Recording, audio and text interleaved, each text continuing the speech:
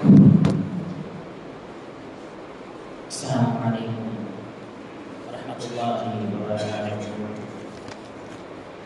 Alhamdulillah rabbil alamin. Assalatu wassalamu ala rasulihil karim wa ala alihi wa sahbihi ajma'in, amma ba'du. A'udzu billahi minasyaitonir rajim. Bismillahirrahmanirrahim. Wala tahinu wala tahzanu wa antumul a'launa in kuntum mu'minin. Wa qala Rasulullah sallallahu alaihi wasallam,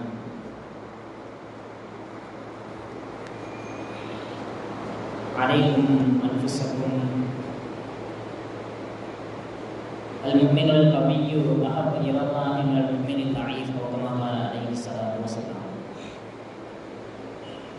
புகழடைந்துள்ளாஹு ஜல்ல ஷானஹு தஆலா ஒருவனுக்கு உரித்தாகட்டுமாக.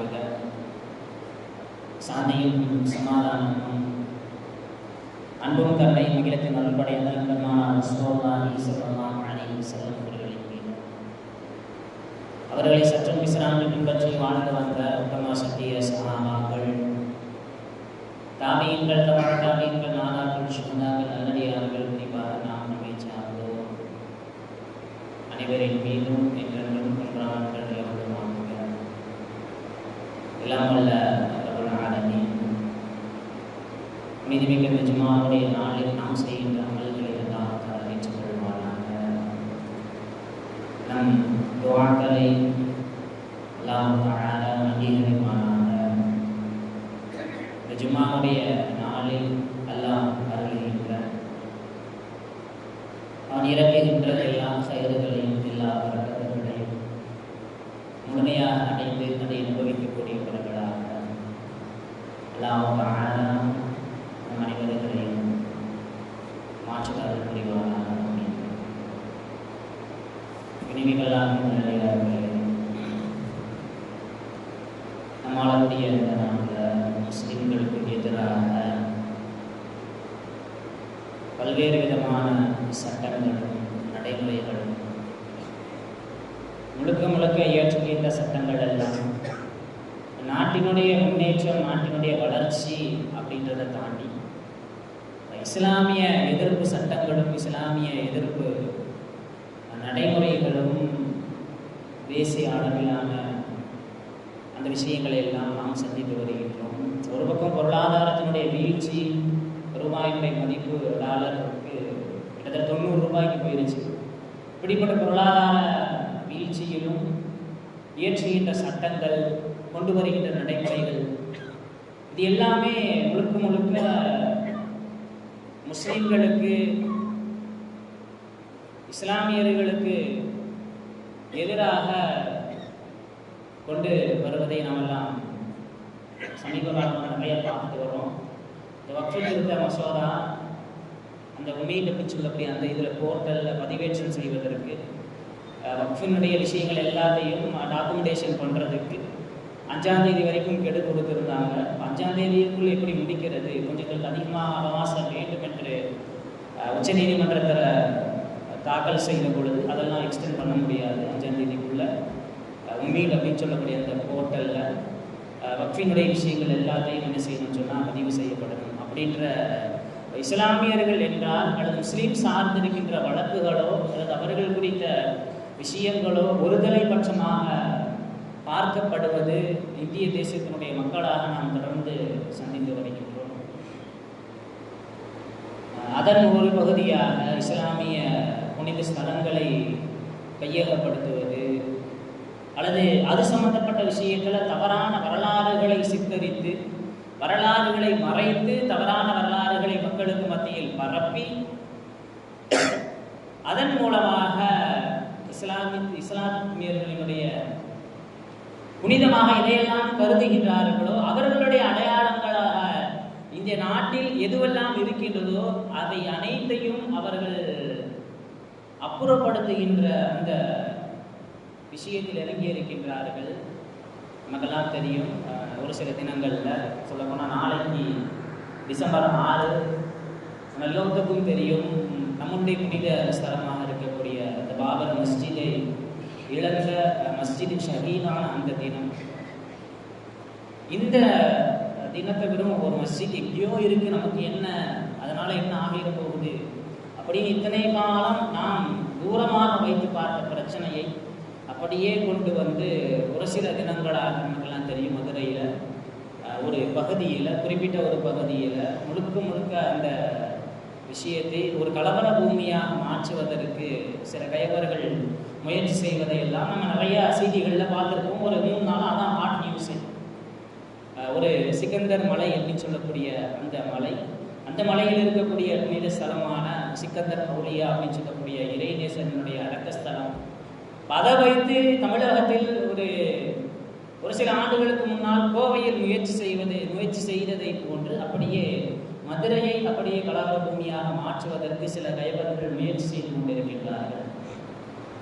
இதெல்லாம் நமக்கு என்ன, இதை பற்றி பேசுறதுனால, இதை பற்றி சிந்திக்கிறதுனால நமக்கு என்ன, நம்ம ஊரில் என்னதான் நடந்துருச்சா, எங்கேயோ ஒரு ஊரில் ஏதோ ஒரு மூலையில் நடக்குது, நமக்கு என்ன ஆகிற போகுது அப்படின்ட்டு இத்தனை காலம் இதை ஒரு மெத்தன போக்கோடு நாம் பார்த்ததன் விளைவுதான் பாபர் மஸ்ஜிதிலிருந்து அப்படியே அவர்கள் இறங்கி தமிழகத்தில் கை வைத்து கிட்டத்தட்ட நமக்கு பக்கத்தில் மதுரைக்கு வந்துட்டாங்க.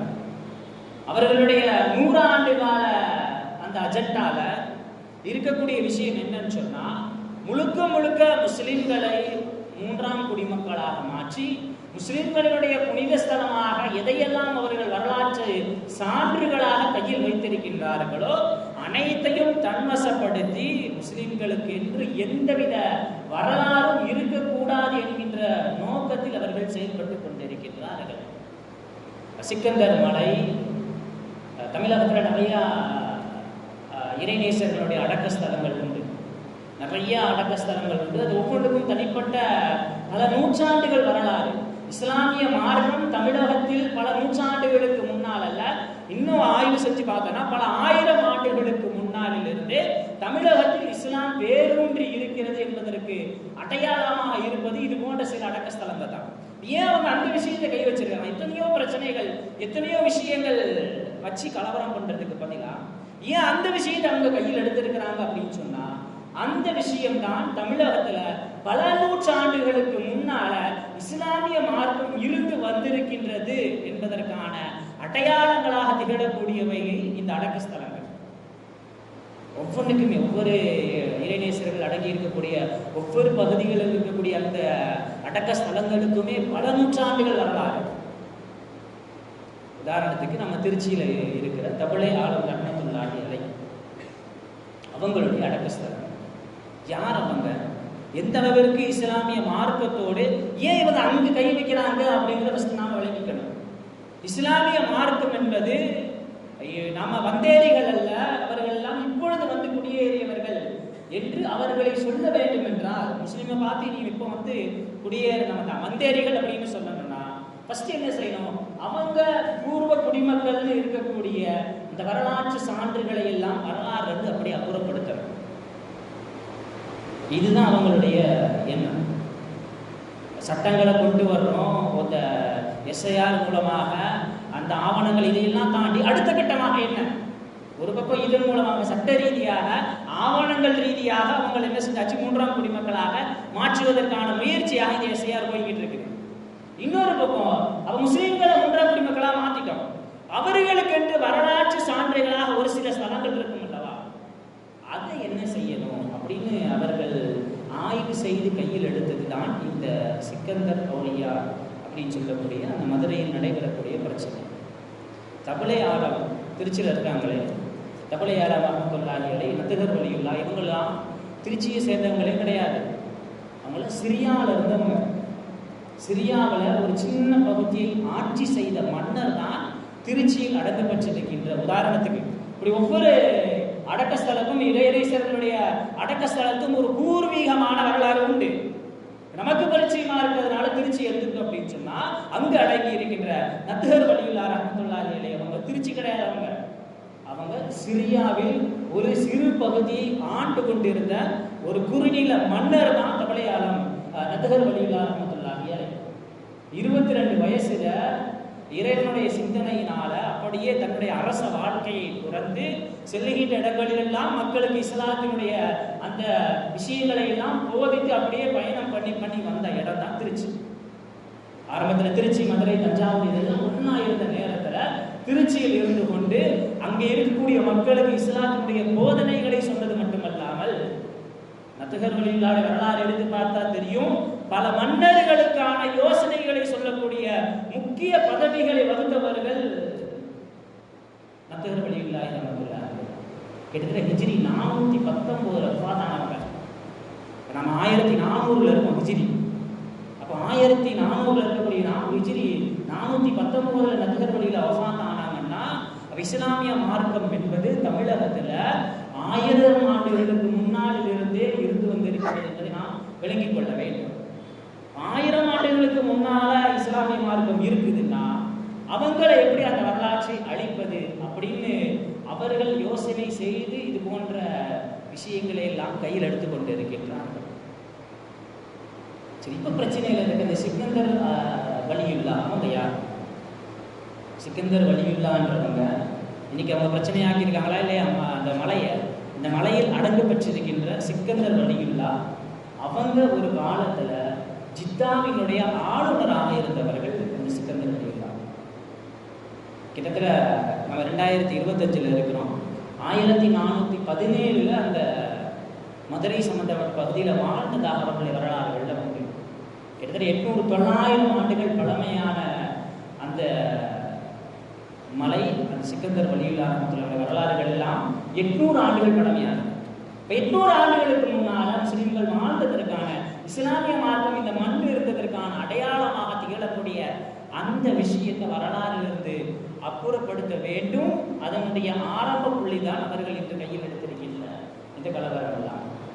ஏமாடியில் இருக்கக்கூடிய இப்ராஹிம் ஷஹீத் வலியுல்லாஹ் அவங்களும் சிக்கந்தர் வலியுல்லாஹ் அவங்களும் நெருங்கிய நண்பர்கள். வரலாறு நம்ம தெரிஞ்சுக்கணும். அப்போ ஒரு பாண்டிய மன்னரிடம் இஸ்லாத்தை எடுத்து சொல்வதற்காக வேண்டி தன்னுடைய நண்பராக இருக்கக்கூடிய சிக்கந்தர் வலியுல்லாஹ் ரஹ்மத்துல்லாஹி அலைஹி அவங்கள நீங்க போய் அந்த பாண்டிய மன்னர்கிட்ட இஸ்லாம் குறித்து நீங்கள் எடுத்து சொல்லுங்கள், இஸ்லாத்துடைய போதனைகளை நீங்க போய் எடுத்து சொல்லுங்க என்று அனுப்பி வைக்கின்ற பொழுது அந்த பாண்டிய மன்னன் ஏற்றுக்கொள்ளாம எந்தவித முன்னறிவிப்பும் இன்றி என்ன செய்யறான்னு சொன்னா அந்த சிக்கந்தர் வலியுல்லாஹ் அவர்களோடு போர் செய்யறான். எந்தவித முன்னறிவிப்பும் இல்லை. வந்து இஸ்லாத்தை சொன்ன அந்த நபர்கிட்ட உடனே போர் தொடுக்கிறான். சிக்கந்தர் வலியுல்லாஹ் போர்ல வெற்றி பெற்றிருக்காங்க.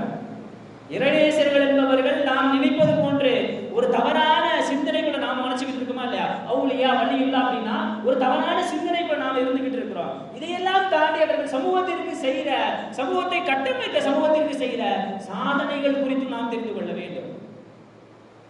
எந்தவித முன்னறிவிப்பும் இல்லாம போர் செஞ்ச பாண்டிய மன்னன் அதிலே வெற்றி. அதுக்கப்புறம் தான் இறைவனை நினைவு கூறுவதற்காக வேண்டி எப்படி ரசூலுல்லாஹி ஸல்லல்லாஹு அலைஹி வஸல்லம் இராமலையை தேர்ந்தெடுத்தார்களோ அப்படி இந்த சிக்கந்தர் வலியுல்லாஹ் இறைவனை நினைவு கூறுவதற்காக வேண்டி தேர்ந்தெடுத்த மலை தான் சிக்கந்தர் மலை. அங்க போயிட்டு இவங்களாக ஒரு பள்ளிவாசலை கட்டி அங்க இறைவனுடைய திக்ரில் ஈடுபட்டு கொண்டிருந்தார்கள்.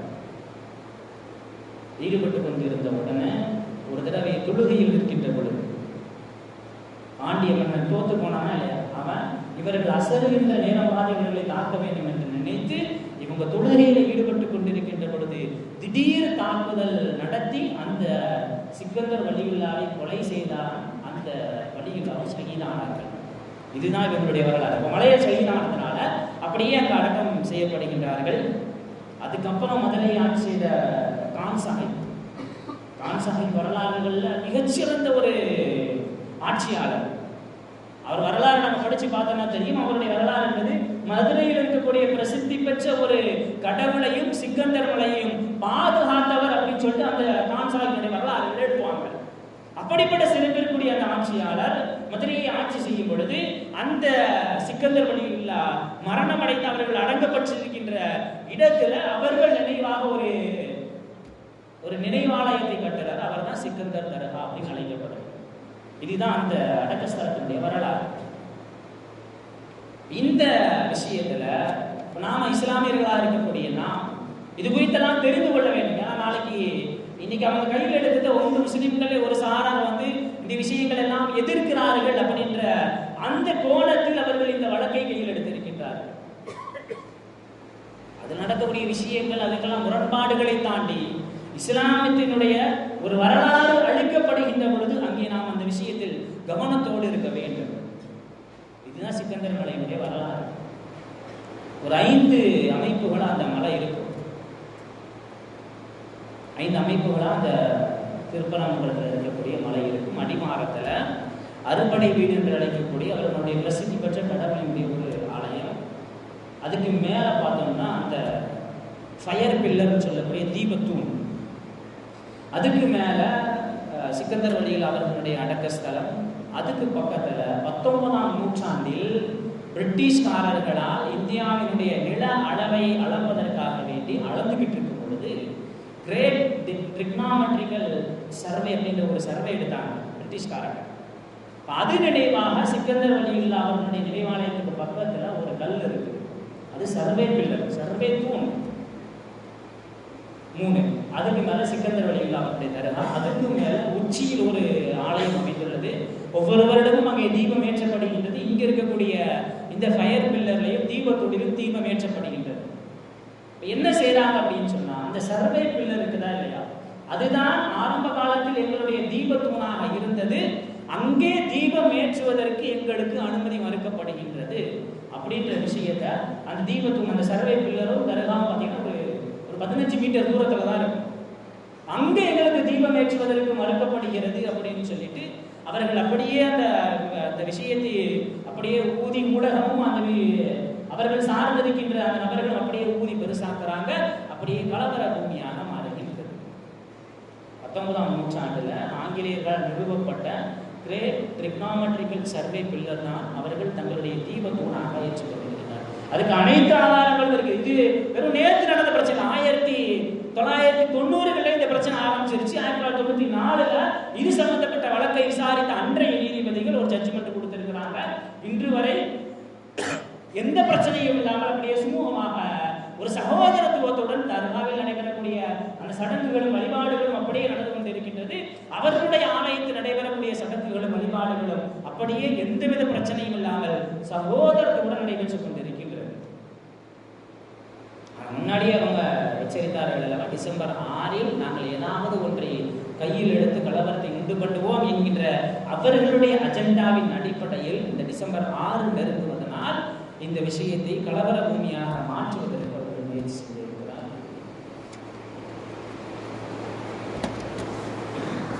இந்த விஷயத்துல காவல்துறையினரும் அதே மாதிரி தமிழக அரசும் நீதிபதிகள் அவர்களுடைய வசம் எந்த அளவிற்கு இருக்கின்றார்கள் என்பதை நினைக்கின்ற பொழுது ஆச்சரியமாக இருக்கின்றது. எந்த துறையில் நம்மளுடைய ஆட்களை அமர வைத்தால் நமக்கு சாதகமாக அனைத்தும் நடைபெறும் என்பதில் இஸ்லாத்தினுடைய எதிரிகள் தெளிவாக இருக்கின்றார்கள். எங்கு கொண்டு போய் நம்ம ஆள் உட்கார வச்சா நமக்கு சாதகமாக அனைத்து விஷயங்களும் நடைபெறும் என்பதில் இஸ்லாத்தை அழிப்பதற்கு துடிக்கின்ற அனைத்து விதமான அணிகளும் ஒன்றா நிற்குது. எல்லா விஷயங்களிலும் பாதுகாப்பு பெறுவதற்காக, எல்லா விஷயங்களிலும் தனிமனிதத்தையும் சமுதாயத்தையும் ஒட்டுமொத்த முஸ்லிம் சமுதாயத்தையும் பாதுகாத்துக் கொள்வதற்காக எல்லா விதமான வழிகாட்டுதலையும் பெற்றிருக்கின்ற நம்ம ஆளை எங்க போய் உட்கார வச்சா நமக்கு பாதுகாப்பு கிடைக்கும் என்பதை சிந்திக்க இஸ்லாமிய சமூகம் தவறுகின்றோம். நீதிபதிகள் அவங்க இருக்கிறாங்க, நீதிமன்றங்கள் அவங்களுடைய கையில் இருக்கின்றது என்று சமூக வலைத்தளங்கள்ல வரக்கூடிய மெசேஜை ஃபார்வர்ட் பண்ணக்கூடியனா நம்மளுடைய சமுதாயத்தினரை ஆளுமைகளாக கொண்டு போய் எங்கே அமர வைத்தால் நம் சமுதாயம் பாதுகாப்பாக இருக்கும் என்பதை யோசிக்க நாம் தவறிவிட்டோம். நீதிமன்றங்களும் நீதிபதிகளும் முழுக்க அவர்களுடைய கண் அசைவிற்கு அப்படியே ஆடக்கூடிய பொம்மைகளாக நீதிபதிகள் மாறிவிட்டார்கள்.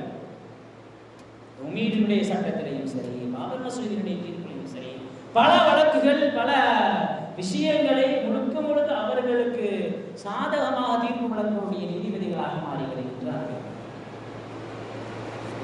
இன்னைக்கு 11 மணிக்கு ஆரம்பிச்ச நாடாளுமன்ற கூட்டம் கிட்டத்தட்ட அரை மணி நேரமாக தமிழகத்தில் இருந்து சென்ற அந்த நாடாளுமன்ற உறுப்பினர் எம்பிகள் எல்லாம் எந்திரிச்சு நின்று கோஷம் போடுறாங்க.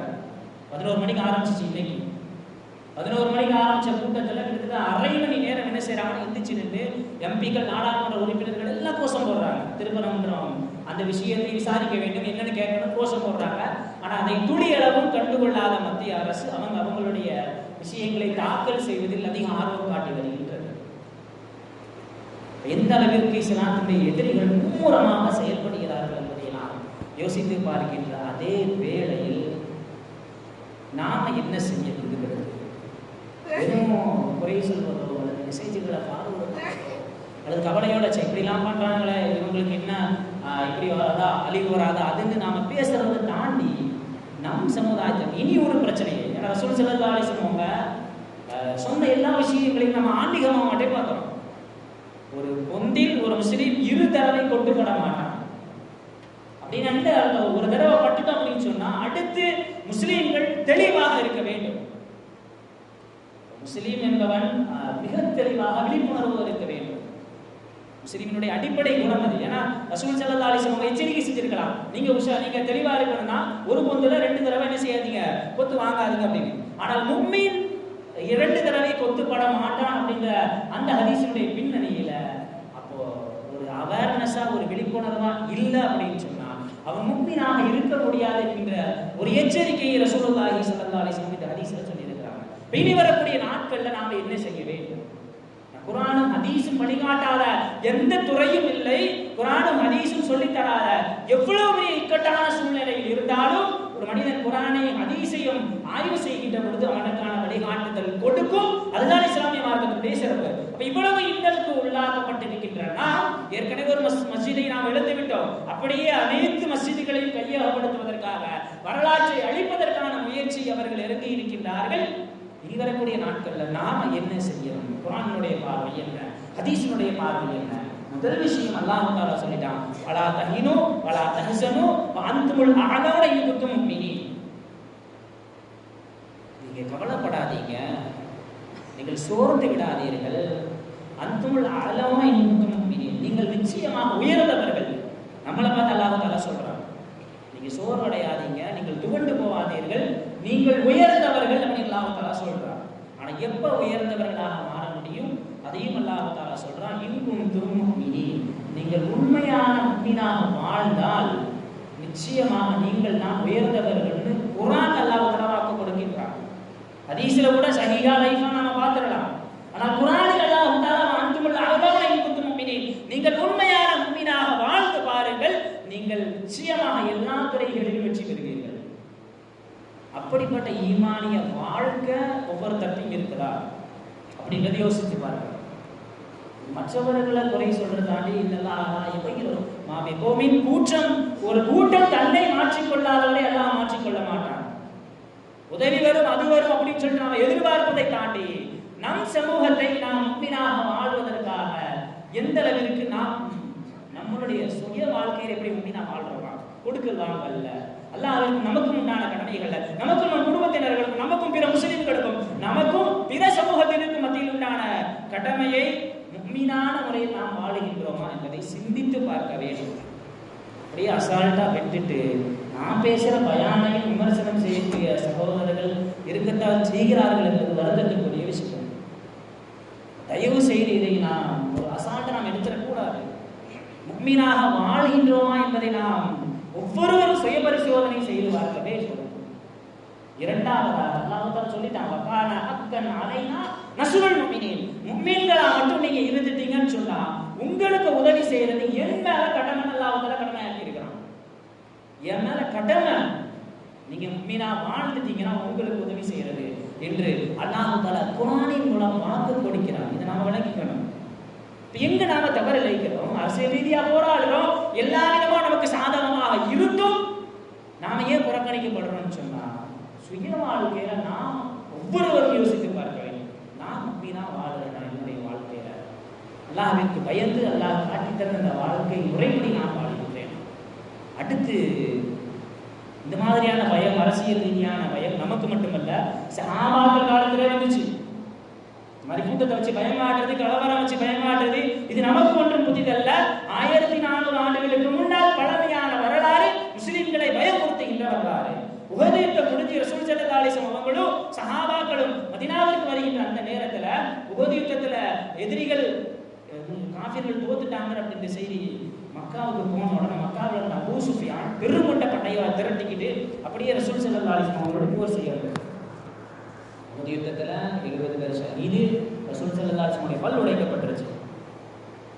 இந்த கஷ்டத்தோடு மதீனாவுக்கு வர்றாங்க. வந்த உடனே செய்தி வருது, அபூ சுஃபியான் பெருங்கொண்ட படையோட நம்ம கூட போர் செய்யறதுக்கு வர்றாங்க. ஹம்ராவுல் அஸத் அப்படின்ற போர், அந்த வரலாறுல அந்த போரை சொல்லுவாங்க. ஏற்கனவே போர் செஞ்சு அப்பதான் ஊருக்குள்ள வர்றாங்க. 70 ஷஹீதுகள் ரசூல் ஸல்லல்லாஹு அலைஹி வஸல்லம் அவர்களுக்கு கொல்ல உடைக்கப்பட்டாச்சு. அந்த வந்த உடனே அந்த கூட்டம் வருகின்ற செய்தி கேட்கப்படுது. துவண்டு போகவில்லை ரசூல். அந்த விஷயங்கள் எல்லாம் குர்ஆன் அல்லாஹ் தஆலா சொல்லுவான். இந்த மாதிரி ஃபஸாதஹும், மக்கள் அதிகமாக வர்றாங்க அப்படின்னு அந்த சஹாபாக்கள் கூட்டத்தில் சொல்லப்பட்டது. உங்களை எதிர்ப்பதற்காக, உங்களை தோற்கடிப்பதற்காக, உங்களை கொலை செய்வதற்காக ஒரு பெருங்கொண்ட கூட்டம் உங்களை நோக்கி வருகிறது அப்படின்ற வரலாறை சொல்லுகின்ற ரப்பல் ஆலமீன். இந்த விஷயங்கள் எல்லாம் கேள்விப்பட்டவன சஹாபாக்கள் வாயிலிருந்து வந்த வார்த்தை அல்லாஹ் தஆலா சொல்றா, வகாலு ஹஸ்புனல்லாஹு வ நிஅமல் வக்கீல். கூட்டம் உங்களை தோற்கடிக்க வருது, உங்களை கொலை செய்ய வருது, உங்களை தாக்குவதற்கு வருகிறது, உங்களை விட பெருங்கொண்ட கூட்டம் என்று சஹாபாக்களுக்கும் ரசூல் ஸல்லல்லாஹு அலைஹி வஸல்லம் அவர்களுக்கும் அந்த செய்தி சொல்லப்பட்ட பொழுது சஹாபாக்களுடைய நாவிலிருந்து வெளிவந்த வார்த்தை ஹஸ்புனல்லாஹு வ நிஅமல் வக்கீல். இந்த தஸ்பீஹ நாம் அதிகமா செய்யணும். செய்தார்கள் சஹாபாக்கள். அந்த போரில் அப்படியே ஷஹீதான நிலைமையில, பல்லுடைந்த நிலைமையிலும் சென்று அந்த ஹம்ராவுல் அஸத் என்ற போர் நடைபெறவில்லை. எதிரிகள் பயந்தோடியதாக வரலாறுகள்ல உண்டு. அப்ப நாம சுய பரிசோதனை செய்வதோடு இந்த ஹஸ்புனல்லாஹு வ நிஅமல் வக்கீல் குர்ஆன் சொல்லி தரக்கூடிய இது மாதிரியான திக்ருகளை நம்முடைய வாழ்க்கையில நடைமுறைப்படுத்த வேண்டும். கடைசியாக ஒரே ஒரு விஷயம் நாம் எடுக்க தவறிய விஷயம், இஸ்லாமிய சமூகம் என்பது ஆன்மீக பலம் பெற வேண்டும், அறிவு பலம் பெற வேண்டும், பொருளாதார பலம் பெற வேண்டும், அரசியல் பலம் பெற வேண்டும், கல்வி, அதிகாரம் எல்லாத்திலும் பலமிக்க சமுதாயமாக நம் சமுதாயத்தை கட்டமைக்காததன் விளைவுதான் இதனுடைய வெளிப்பாடு. நம்ம என்ன செஞ்சிட்டோம்?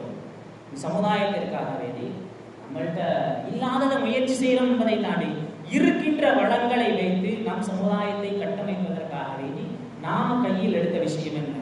என் வீட்டில் இருக்கக்கூடிய மக்கள், அடுத்து வரக்கூடிய தலைமுறையினர்கள் பாதுகாப்பாக வாழ வேண்டும் என்றால் நான் எந்த அளவுக்கு பலமிக்கவனாக இருக்க வேண்டும். ஹதீஸ்ல ரசூல் ஸல்லல்லாஹு அலைஹி வஸல்லம் சொல்வாங்க, மன்ரஹாமிக்கும் முன்கரன், உங்களில் அருவருக்கத்தக்க செயலை யாராவது பார்த்தால் ஃபல்யுகையிர்ஹு பியதிஹி, அவர் தன்னுடைய கரத்தால் தடுக்கட்டும், அவ் பிலிசானிஹி, அவர் தன்னுடைய நாவால் தடுக்கட்டும், அப்படியும் முடியலனா அவ் பிகல்பிஹி, மனசால தடுக்கட்டும் அப்படின்னு ரசூல் ஸல்லல்லாஹு அலைஹி வஸல்லம் சொல்லி இருக்கிறாங்க. ஹதீஸ நாம பார்த்தா சரி நம்மளால தடுக்க முடியல, கையால தடுக்கணும், இல்லைன்னா நாவால தடுக்கணும், இல்லைன்னா குறைந்தபட்சம் என்ன செஞ்சிடணும், உள்ளத்தாலாவது அந்த பாவத்தில் இருந்து நாம் அமைதியா இருக்கணும். நாம் என்ன செய்யறோம்னு சொன்னா கையை நாவை விட்டுட்டு வெறும் உள்ளத்தால மட்டும் என்ன செய்யறோம்னு சொன்னா அதை வெறுத்து ஒதுக்குபவர்களாக நாம் இருக்கிறோம். சரி என்னடா இப்படி தப்பு நடக்கிறது மனசுக்குள்ள நினைச்சிட்டு விட்டுறோம். ரசூல் ஸல்லல்லாஹு அலைஹி வஸல்லம் கரத்தால் தடுக்க வேண்டும் என்று சொன்னால் கரத்தால் தடுக்கக்கூடிய சூழலை நீங்க உருவாக்கிக்கணும். எந்த இடத்துல இருந்தா ஒரு சமூகத்திற்கு அநீதி இழைக்கப்படுகின்ற பொழுது உங்களால் தடுக்க முடியுமோ, கரத்தால் தடுக்க முடியுமோ, அந்த இடத்துல கொண்டு போய் உங்க சமூகத்தை உட்கார வைக்கணும். எந்த இடத்தில் இருந்தால் உங்களுடைய சமூகத்திற்கு அநீதி இழைக்கப்படுமோ, அநீதி இழைக்கப்படுகின்ற அந்த விஷயத்தை நாவால் எந்த இடத்துல இருந்தா தடுக்க முடியுமோ அந்த இடத்துல கொண்டு போய் நம் சமூகத்தை உட்கார வைக்கணும். தெளிவா சொல்லலாம். காவல்துறையில் கையால தடுக்கக்கூடிய அந்த துறை இது காவல்துறை. காவல்துறையில கொண்டு போய் உங்க சமூகத்தை அதிகமான நபர்களை உட்கார வைங்க. நாவால் தடுக்கக்கூடிய துறை நீதித்துறை. வழக்கறிஞர்களாக உங்களுடைய சமூகத்தில் இருக்கக்கூடிய நபர்களை அதிகமாக கொண்டு போய் உட்கார வைங்க அப்படின்றத ரசூலுல்லாஹி ஸல்லல்லாஹு அலைஹி வஸல்லம் இந்த ஹதீஸின் மூலமாக நமக்கு சொல்லிக் கொடுத்திருக்கிறார். இந்த விஷயத்தை நாம் கையில் எடுத்து பயணிக்கின்ற பொழுதுதான் ஏதோ ஒரு இடத்துல நடக்கக்கூடிய விஷயம் நாளை அல்லாஹ் பாதுகாக்க வேண்டும். நம் பகுதியில் நடப்பதற்கு வாய்ப்பு இருக்கிறது. அவங்களுடைய அஜெண்டா என்பது எதுவெல்லாம் நூற்றாண்டுகளாக நிலைத்திருக்கின்றதோ, வரலாற்று சான்றுகளாக எதுவெல்லாம் முஸ்லிம்களுக்கு இருக்கின்றதோ எல்லாத்தையும் வரலாறுகளிலிருந்து அப்புறப்படுத்துகின்ற வேலை நம்ம பகுதியில் இருந்தாலும் அதையும் கை வைப்பார்கள் என்பதை நாம் எச்சரிக்கையோடு இருந்து கொள்ள வேண்டும். அதெல்லாம் உள்ள ரப்பல் ஆலமீன் இது போன்ற தலைவர்களிடமிருந்து மார்க்கத்தையும் முஸ்லிம்களையும் அல்லாஹ் தஆலா பாதுகாப்பான அந்த துஆவை வச்சு நிறைவு செய்கின்றேன். வாஹிரு தஅவானா அல்ஹம்துலில்லாஹி ரப்பில் ஆலமீன். அஸ்ஸலாமு அலைக்கும் வரஹ்மத்துல்லாஹி